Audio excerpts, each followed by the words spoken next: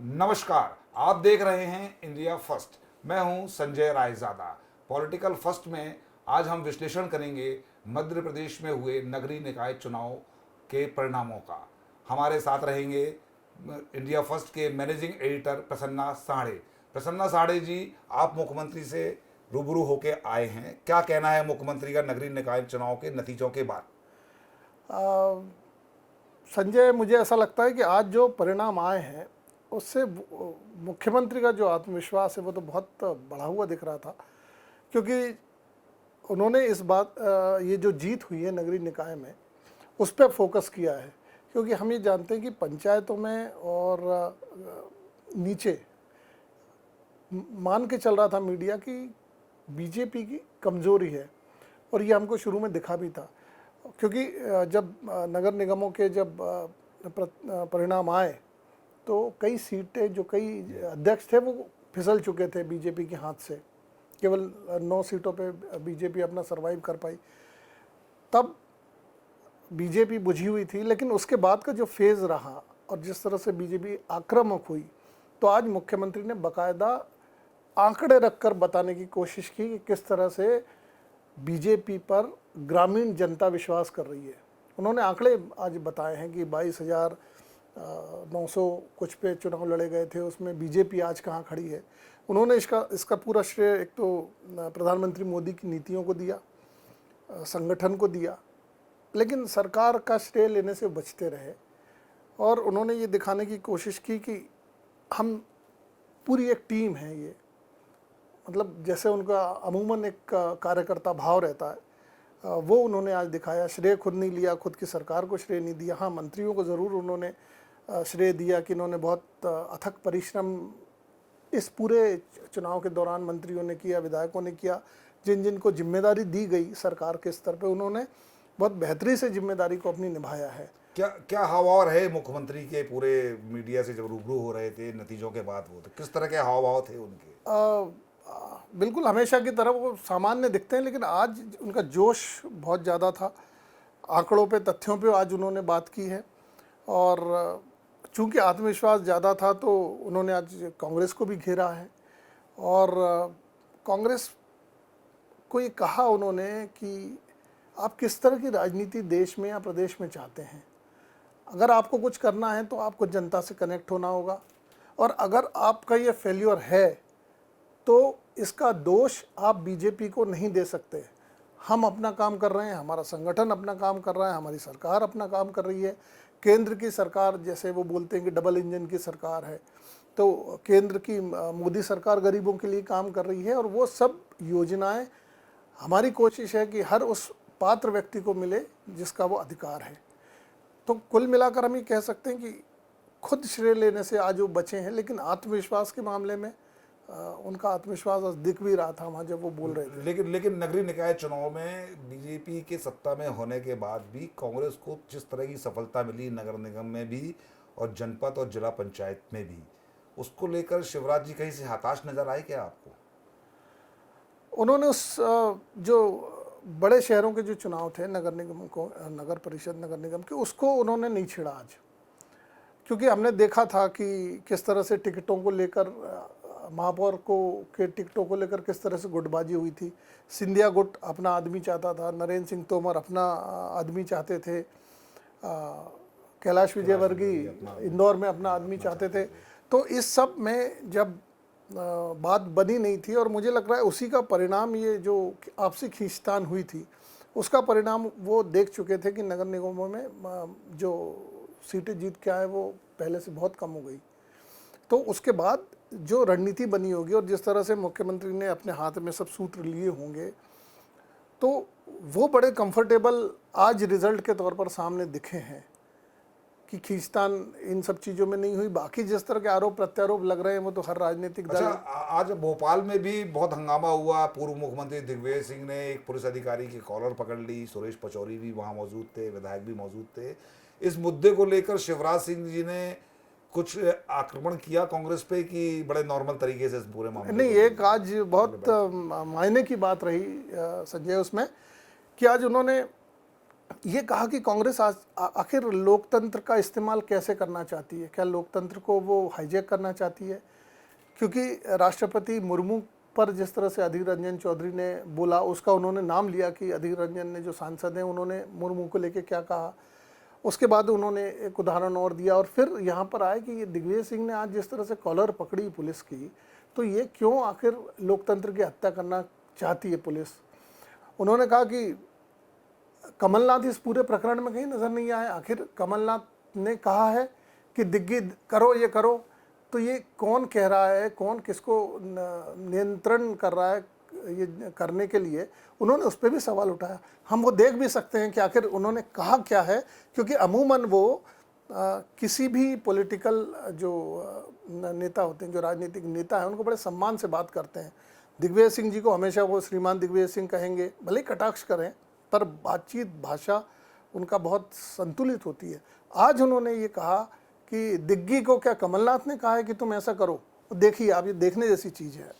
मैं श्रीमती सोनिया गांधी जी से पूछना चाहता हूँ, क्या वो इसका समर्थन करती है? क्या उनके निर्देश हैं? क्या राहुल जी ने कहा है कि मारपीट को उतर जाओ, घेरो पकड़ के जबरदस्ती खींचो? ये है क्या? और श्री कमलनाथ जी कहाँ हैं? क्या वो कह के चले गए कि तुम देखो दिग्गी? जैसा शिवराज जी इसमें कह रहे हैं, इस तरह की भाषा शैली तो उनकी कभी नहीं रही। तो आपको क्या लगता है शिवराज जी की इस तरह की भाषा शैली से और उनकी जो आक्रामकता नज़र आ रही है बयान में, उसको लेकर के? मुझे लग रहा है कि वो एक संदेश देना चाह रहे हैं अपनी बातचीत के जरिए आम कार्यकर्ता को, पूरी पार्टी को, और वो दिखाना चाह रहे हैं कि हम अगर जीत भी रहे, हालांकि उन्होंने कहा बहुत मैं विनम्रता से ले रहा हूँ इस जीत को, पूरी पार्टी, पूरा संगठन विनम्रता से लेगा इस जीत को, क्योंकि हमारी जिम्मेदारी बढ़ गई है। लेकिन इस तरह का जो बयान उन्होंने दिया है, उन्होंने एक मैसेज देने की कोशिश की कार्यकर्ताओं को कि हमें डिफेंसिव बिल्कुल नहीं रहना है, आक्रामकता से हमें काम करना है और जनता की भलाई के काम करना है। विपक्ष किस तरह का व्यवहार आपसे कर रहा है उसको ज़्यादा ध्यान नहीं देना है। कुल मिलाकर उनका ये एक संदेश था कि आक्रामक बने रहिए, सड़कों पे रहिए, आम जनता की नज़रों में रहिए, आम जनता के लिए काम कीजिए, आम जनता की जो दुख तकलीफ़ें हैं उस पर अपना ध्यान फोकस कीजिए। अच्छा, शिवराज जी मुख्यमंत्री हैं, लेकिन चुनाव में संगठन की भूमिका प्रमुख होती है। संगठन और सत्ता का तालमेल मध्य प्रदेश में देखा जा सकता है। तो इस चुनाव के बाद शिवराज जी को लगता है कि सत्ता का संगठन का तालमेल बेहतर है कि और बेहतर बनाने के लिए वो कुछ कोशिश करने की बात कह रहे हैं? मुझे तो लगता है कि जो नगरीय निकाय के चुनाव के पहले फेज के बाद पूरी कमान शिवराज जी ने अपने हाथ में ले ली थी।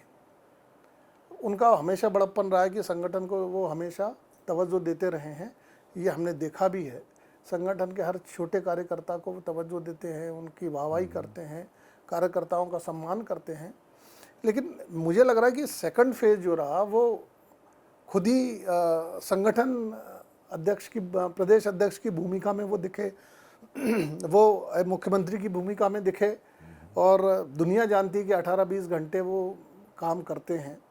तो उनकी जो प्लानिंग थी, उनका जो इतना लंबा जो राजनीतिक अनुभव है, उन्होंने ये पूरा का पूरा अनुभव इस बार झोंक दिया, और यही वजह है कि वो आज ये कहने की स्थिति में है कि ये हमारे लिए महाविजय है। अच्छा, एक चीज़ कही जा रही थी नगरीय निकाय चुनाव को कि मध्य प्रदेश में सत्ता का सेमीफाइनल हो रहा है। तो ये सेमीफाइनल जो हुआ कथित तौर पे, तो आपको लगता है कि शिवराज जी में इतना आत्मविश्वास है कि जो फाइनल होगा उसमें भी उनको विजयश्री मिलेगी, या कहीं से कोई डाउट नज़र आया उनकी आज की बातचीत? बड़े शहरों की अगर हम बात छोड़ दें तो हम कह नहीं सकते कि बड़े शहरों में क्यों इस तरह का पीछे रह गई बीजेपी महापौर के जो कुर्सियां उसको हथियाने में। लेकिन अब चूंकि रिज़ल्ट अब फाइनल सामने आ चुके हैं, तो मुझे लग रहा है कि ग्रामीण क्षेत्रों में जिस तरह की पकड़ बीजेपी की है, जिस तरह का शिवराज जी का ग्रामीण क्षेत्रों में हो रहा है, जिस तरह से वो ग्रामीणों से कनेक्ट करते हैं, पीड़ितों से कनेक्ट करते हैं, शोषितों से कनेक्ट करते हैं, तो मुझे लग रहा है कि उनका जो मैजिक है वो 2023 तक ये कैरी होगा। और 2023 में अगर ग्रामीण वोटिंग प्रॉपर होती है तो बीजेपी को रोकने वाला अभी तो मुझे कोई दिखाई नहीं दे रहा, क्योंकि कांग्रेस बिल्कुल सोई हुई अवस्था में दिखाई दे रही है। नेताओं में आपसी तालमेल कहीं नहीं दिखाई दे रहा है। इस पूरे घटनाक्रम में हम अगर उंगलियों पे गिनना चाहें कि कब कब कमलनाथ सामने आए हैं, वो भी हम देख सकते हैं। तो कुल मिला के हम ये कह सकते हैं कि 2023 में इसी एग्रेशन से अगर बीजेपी रही और मुख्यमंत्री के दिशा निर्देश चलते रहे, उन्होंने संगठन को भी अपने हिसाब से गाइड किया, तो मुझे नहीं लग रहा कि 2023 बहुत ज़्यादा दिक्कत होगी बीजेपी को जीतने में। अच्छा, ऐसी कोई खास बात जो मुख्यमंत्री ने आज ऐसी कई संकेत दिए हों, कुछ जो आपको लगता हो कि ये भविष्य के लिए महत्वपूर्ण हो सकते हैं या पार्टी और संगठन के लिए महत्व, क्या ऐसा कुछ लगा आपको? आज तो अमूमन उन्होंने कार्यकर्ताओं के लिए जीवित होने की बात कही, मतलब कार्यकर्ता में उत्साह भरा रहे, वो ऊर्जा से भरे रहें, वो जोश में रहें। और 2-3 बार उन्होंने प्रधानमंत्री मोदी का भी जिक्र किया इस पूरी बातचीत में, और उन्होंने ये दिखाने की कोशिश की कि मध्य प्रदेश में डबल इंजन की जो सरकार है वो केवल जनता के लिए समर्पित है और जनता के लिए काम कर रही है। सरकार के नेताओं के, मंत्रियों की कोई पर्सनल एजेंडाज नहीं हैं। ये सब मैसेज आज उन्होंने कार्यकर्ताओं को दिए, और वहाँ पर तमाम कार्यकर्ता भी आज वहाँ मौजूद थे। काफ़ी शिवराज जी को लेकर नारेबाजी भी बहुत बड़ी जोश के साथ आज हुई है। सभी नेता मंच पर थे आज, जो पूरे संगठन में लगे रहे वो सब। तो ये माना जाए कि शिवराज जी, चुनाव नतीजों ने शिवराज जी का उत्साह वर्धन किया है, ऐसा माना जा सकता है? बिल्कुल। उनका जो कॉन्फिडेंस लेवल आज बातचीत का था वो आज तथ्यात्मक रूप से था। मतलब अब उसको जो चीज़ें प्रशासन के जरिए जो चीज़ें सामने आती हैं, जो लिखा पढ़ी में होती हैं, जो एक दस्तावेज होते हैं, वो जब आखिर में आते हैं वो वही होता है जो दस्तावेज कहते हैं। और उस हिसाब से अगर हम आकलन करें तो शिवराज जी के लिए बहुत बड़ी जीत है। उन्होंने इसको महाविजय कहा है, तो ऐसे ही नहीं कहा है, क्योंकि शब्दों का चयन शिवराज जी बहुत सोच समझ के करते हैं। तो आज उन्होंने उसको महाविजय कहा है, और ये भी वो कहा है कि हम इतने सालों से काम कर रहे हैं, लेकिन इस बार की जीत हमारे लिए बहुत बड़ी है, हमारे लिए महाविजय है। तो वो भी हम देख सकते हैं कि आखिर उन्होंने क्या कहा है इस महाविजय को लेकर। उनमें भारतीय जनता पार्टी के सरपंच है 20,613। ये अपने आप में चमत्कार है। और इसका मतलब साफ है कि प्रधानमंत्री श्रीमान नरेंद्र मोदी जी का कार्यक्रम, योजनाएं, जन कल्याणकारी योजनाएं, गरीब कल्याण की योजनाएं और संगठन का कार्यकर्ता गांव में घर घर तक पहुंचा है। ये गरीब के दिल में प्रवेश किया है भारतीय जनता पार्टी ने, केवल घर में प्रवेश नहीं किया। इसलिए इसने व्यापक पैमाने पर, आप तीनों चुनाव परिणाम का विश्लेषण, तो ये माना जा सकता है कि ये महाविजय जो है वो सत्ता की सीढ़ी है आगे जाने के लिए 2023 में। हाँ बिल्कुल है, क्योंकि जिस तरह से बीच बीच में कयास लगते रहते हैं कि मुख्यमंत्री नहीं रहेंगे, नया चेहरा लाया जाए, पार्टी लाएगी, लेकिन मुझे लग रहा है कि ये जो इस बार जो ग्रामीण क्षेत्रों से समर्थन बीजेपी को मिला है, वो समर्थन देखते हुए ही 2023 के चुनाव की रणनीति बीजेपी बनाएगी और उस रणनीति में कामयाब होंगे, क्योंकि शिवराज जी का जो राजनीतिक अनुभव अब हो गया है वो बहुत बड़ा राजनीतिक अनुभव है। उनका कद मध्य प्रदेश में बहुत बड़ा है। दूसरा कोई ऐसा चेहरा नहीं है कि आप उसको लाए और 6 महीने में आपको चुनाव जिता दे। तो मेरा अनुमान यही है कि शिवराज जी के नेतृत्व में अगर 2023 के चुनाव होते हैं, क्योंकि अब ये प्लेटफॉर्म मिल गया है बीजेपी को, और शिवराज जी काम करने के मामले में तो दुनिया जानती है कि वो कितना काम करते हैं, कितनी जनता की भलाई की योजनाएं वो लाए हैं, तमाम तरह की चीज़ें। लेकिन आज जो प्लेटफॉर्म मिला है ये कॉन्क्रीट का प्लेटफॉर्म हम कह सकते हैं कि शिवराज जी के लिए भी है और बीजेपी के लिए भी। तो ये कहा जा सकता है कि जनपद और जिला पंचायत के चुनावी नतीजों ने बीजेपी सहित कोई संजीवनी बूटी दे दी है, जिसका उपयोग शिवराज जी अपने 2023 के कैंपेन के लिए करेंगे। बिल्कुल बिल्कुल। और उनकी जो मेहनत होती है शिवराज जी की, ये तो कंक्रीट का एक बन ही गया है ना, वो तो उसमें तो कोई झुटला भी नहीं सकता है। तो ये जो अब चीज़ें हैं वो शिवराज जी ने वो कहा भी है कि मेरी और जिम्मेदारी बढ़ गई है कि हर मैं उस व्यक्ति तक पहुंचूं, हर वो योजनाएं उन तक पहुंचाऊं जो लेने के पात्र हैं। तो मुझे लग रहा है कि अब तैयारियां इसी आधार पे होंगी और इसी आधार पर संगठन को भी कसा जाएगा कि हमें जो जीत मिली है उसका कैसे हम 2023 के जब चुनाव आएंगे मध्य प्रदेश में, तो उसका आउटपुट हम कैसे ले पाएँ, अब इसी पे मंथन होगा। अच्छा, शिवराज जी पिछले 17-18 सालों से मुख्यमंत्री हैं और जितना मैंने देखा है उनके प्रदेश अध्यक्ष ने संगठन से हमेशा से बहुत अच्छा ताल्लुकात रहे, तालमेल रहा है।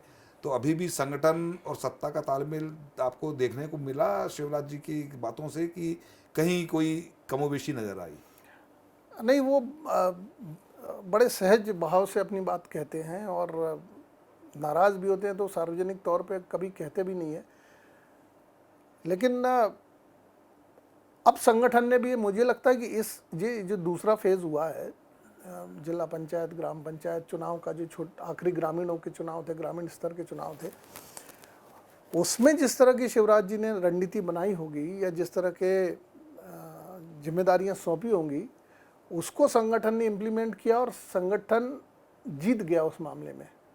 मतलब तो कहीं अप्रत्यक्ष रूप से चुनाव शिवराज जी के नेतृत्व में लड़ा गया, ये कहा जाए, संगठन उसमें गौड़ रहा। हाँ, मतलब कहीं ना कहीं शिवराज जी से जब संगठन ने बातचीत की होगी, शिवराज जी से जब दिशा निर्देश लिए होंगे, रणनीति पे बात की होगी, तो उनका जो अनुभव है, राजनीतिक अनुभव, उसके आधार पे उन्होंने ये सब चीज़ें संगठन को फीड की होंगी, अपनी टीम लगाई होगी, संगठन की टीम लगाई थी। तो मुझे लग रहा है कि ये कुल मिलाकर संगठन के लिए शिवराज बहुत अपरिहार्य हैं। उससे अलग संगठन जाके आज की तारीख में तो अलग नहीं हो सकता। और संगठन अकेला ये चाह ले कि हम इतने मजबूत होने के बाद हम मध्य प्रदेश में ये चीज़ें जिता लाएं, कर लाएं, वो शिवराज जी के बगैर तो मुझे नहीं लगता वो हो पाएगा। तो कुल मिलाकर नगरीय निकाय चुनाव के नतीजों में जीत ने शिवराज चौहान का विश्वास बढ़ाया है, बल्कि भारतीय जनता पार्टी को भी एक संजीवनी बूटी दे दी है, जो 2023 के चुनाव में सत्ता की ये सीढ़ी का काम करेगी। आप इस तरह के जो मुद्दे हैं उन पे हमारा विश्लेषण का ये कार्यक्रम लगातार जारी रहेगा। आप देखते रहिए पॉलिटिकल फर्स्ट, हमें आप सब्सक्राइब करें और देखें हमारा ये कार्यक्रम पॉलिटिकल फर्स्ट।